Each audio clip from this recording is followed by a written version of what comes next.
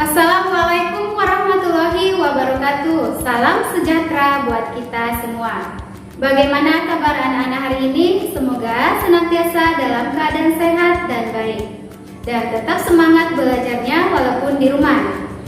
Bertemu kembali di semester 2 pada tahun ajaran 2021 pada mata pelajaran Ilmu Pengetahuan Alam bersama Ibu Nijarsari Hasibuan. Pada pertemuan kali ini masih membahas bab 1, materi tentang organ.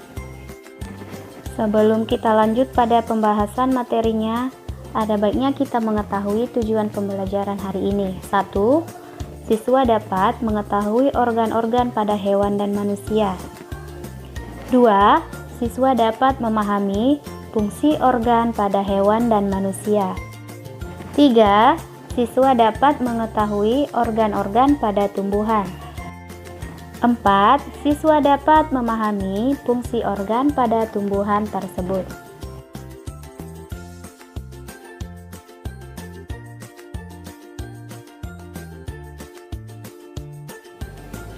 Masih ingatkah kalian unit penyusun makhluk hidup yang paling kecil tingkatannya itu yang dikatakan adalah sel?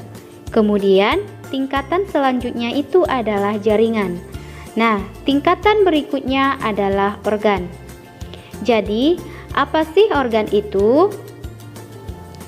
Organ adalah kumpulan beberapa jaringan untuk melakukan fungsi tertentu di dalam suatu organisme. Organ itu ada dua macam. 1. Organ pada hewan dan manusia. 2. Organ pada tumbuhan. Nah, yang akan kita bahas pertama adalah organ pada hewan dan manusia. Berdasarkan letaknya, organ pada hewan itu dibagi dua, yaitu organ dalam dan organ luar. Organ bagian dalam itu terletak di dalam tubuh seperti jantung, hati, otak, dan paru-paru. Sedangkan organ luar yaitu organ yang bisa terlihat dari luar seperti mata, hidung, dan telinga. Nah, anak-anak, di sini kita akan mempelajari jaringan penyusun organ hewan dan manusia beserta fungsi organnya. Beberapa organ yang dimiliki oleh hewan dan manusia diantaranya kulit, mata, jantung, hati, dan lambung. 1. Kulit. Kulit merupakan gabungan dari beberapa jaringan, antara lain ada jaringan epitel, jaringan pengikat, jaringan otot, jaringan darah, dan jaringan saraf. Fungsi kulit diantaranya adalah untuk melindungi tubuh dari kuman, suhu dingin, dari sinar ultraviolet, zat-zat kimia, dan sebagai alat ekskresi, yaitu untuk mengeluarkan keringat. Untuk mengubah provitamin D menjadi vitamin D dan mengatur suhu tubuh. Yang kedua, mata. Mata disusun beberapa jaringan, misalnya jaringan otot, jaringan syaraf, dan jaringan pengikat. Mata berfungsi untuk melihat. Apabila salah satu jaringan tidak berfungsi dengan baik, maka kerja mata mengalami gangguan. 3. Jantung. Jantung disusun oleh beberapa jaringan seperti jaringan otot, jaringan darah, dan jaringan saraf. Jantung ini berfungsi sebagai pusat peredaran darah, yaitu untuk memompa darah supaya beredar ke seluruh tubuh. 4. Organ hati. Hati berfungsi sebagai tempat menawarkan racun, tempat menghancurkan sel-sel darah merah, dan pada hati ini terbentuk dari jaringan otot dan jaringan syaraf. Yang kelima, organ lambung. Lambung berfungsi sebagai salah satu alat pencernaan, terbentuk dari jaringan polos, jaringan epitel, jaringan pengikat, dan jaringan syaraf. Selanjutnya, organ pada tumbuhan. Organ pokok penyusun tubuh tumbuhan itu terdiri dari akar, batang, dan daun.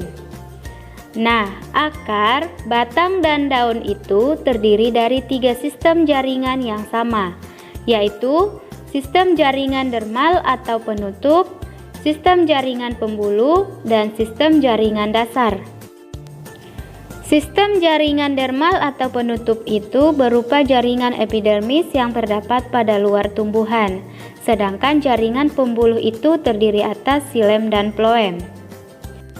Yang mana fungsi xilem atau pembuluh kayu ini adalah untuk mengangkut air dan zat-zat terlarut di dalamnya dari akar menuju ke daun. Sedangkan fungsi floem atau pembuluh tapis yaitu sebagai pengangkut zat makanan hasil fotosintesis dari daun untuk diedarkan ke seluruh tubuh tumbuhan. Dan sistem jaringan pembuluh ini terletak di antara jaringan dasar, yaitu berupa jaringan parenkim. Selanjutnya, kita akan mempelajari jaringan penyusun organ tumbuhan dan fungsi organ-organ tumbuhan. Yang pertama, yaitu akar. Akar terbentuk dari jaringan epidermis, jaringan parenkim, jaringan xilem, dan jaringan floem. Fungsi akar yaitu untuk menyerap air dan zat-zat yang terlarut di dalamnya dari dalam tanah, serta menunjang dan memperkokoh berdirinya batang, dan sebagai tempat penyimpanan cadangan makanan.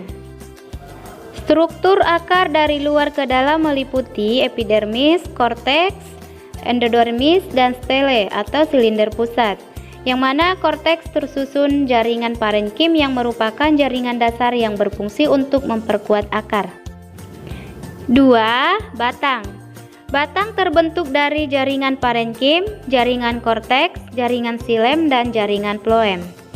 Batang berfungsi untuk mengangkut air dan mineral dari akar ke daun dan mengedarkan hasil fotosintesis dari daun ke seluruh bagian tumbuhan.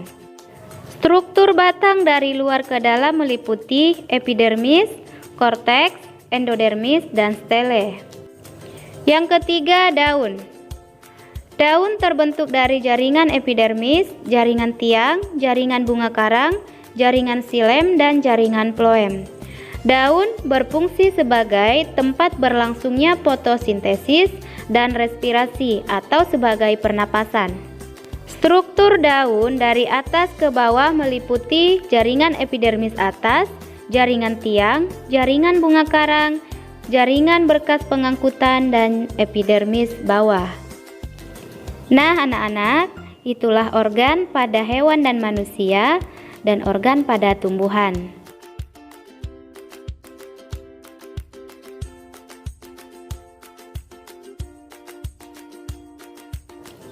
Kita lanjutkan sistem organ.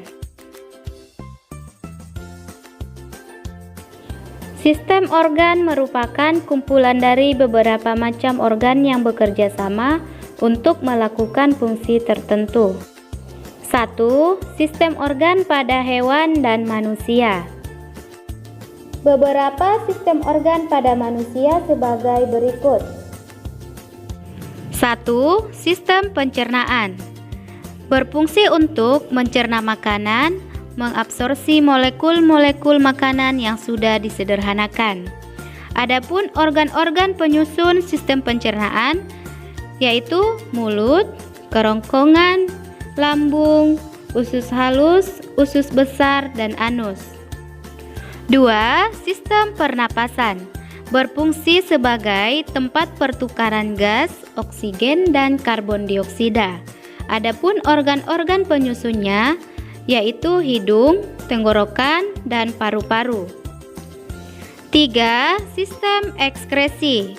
Berfungsi untuk mengeluarkan sisa metabolisme yang tidak terpakai dari dalam tubuh dan menjaga keseimbangan sel dengan lingkungan. Dan organ-organ penyusunnya ginjal, kulit, paru-paru, dan hati. 4. Sistem syaraf. Berfungsi untuk mengatur dan mengkoordinasikan seluruh aktivitas tubuh. Dan organ-organ penyusun sistem syaraf yaitu otak, sumsum tulang belakang, mata, telinga, hidung, lidah, dan kulit. 5. Sistem reproduksi berfungsi sebagai untuk perkembangbiakan. Adapun organ-organ penyusunnya pada wanita yaitu ovarium, tuba Fallopi, uterus, serviks, dan vagina. Sedangkan pada pria, organ-organ penyusunnya yaitu testis, vas deferens, dan penis. Organ yang keenam adalah sistem rangka, berfungsi untuk menyokong dan melindungi organ dalam, sebagai tempat melekatnya otot, dan sebagai tempat membuat sel darah merah. Adapun organ-organ penyusunnya adalah tengkorak, tulang punggung, tulang rusuk, dan anggota gerak badan. Sistem organ pada hewan hampir sama dengan manusia. Bedanya terletak pada organ penyusunnya. Hal ini disesuaikan dengan kelompok hewan. Misalnya, serangga bernapas dengan trakea, berbeda dengan sapi yang bernapas dengan paru-paru. 2. Sistem organ pada tumbuhan. Berikut ini contoh sistem organ pada tumbuhan. 1. Sistem pengangkutan meliputi pembuluh xilem dan floem yang terdapat pada akar, batang, dan daun. 2. Sistem reproduksi yang berupa putik dan benang sari. Selanjutnya, organisme. Beberapa sistem organ tersebut bekerja sama membentuk organisme atau makhluk hidup. Dan seluruh sistem organ akan saling berinteraksi membentuk organisme. Gangguan yang terjadi pada salah satu sistem organ dapat memengaruhi sistem organ lain. Jadi, melihat dari pengertian ini, maka organisme tersusun atas sel-sel, dan kumpulan sel-sel ini akan membentuk jaringan. Kemudian, kumpulan dari jaringan-jaringan akan membentuk organ. Dari kumpulan organ-organ tersebut akan membentuk sistem organ seperti sistem pencernaan. Dan kumpulan dari sistem organ akan membentuk tubuh suatu organisme. Secara singkat, organisme kehidupan dari tingkat terkecil hingga terbesar berturut-turut adalah sel, kemudian jaringan, organ, sistem organ, dan organisme. Apa saja contoh organisme? Contohnya, satu orang manusia merupakan organisme. Satu buah pohon, mangga merupakan organisme. Dan satu ekor kambing merupakan organisme. Jadi, setiap makhluk hidup lain juga merupakan organisme. Nah, setelah mempelajari mengenai organ dan sistem organ, maka selesai sudah materi bab 1 mengenai sistem organisasi kehidupan. Di video selanjutnya, kita akan mempelajari mengenai ekosistem. Jadi, anak-anak tetap semangat belajarnya.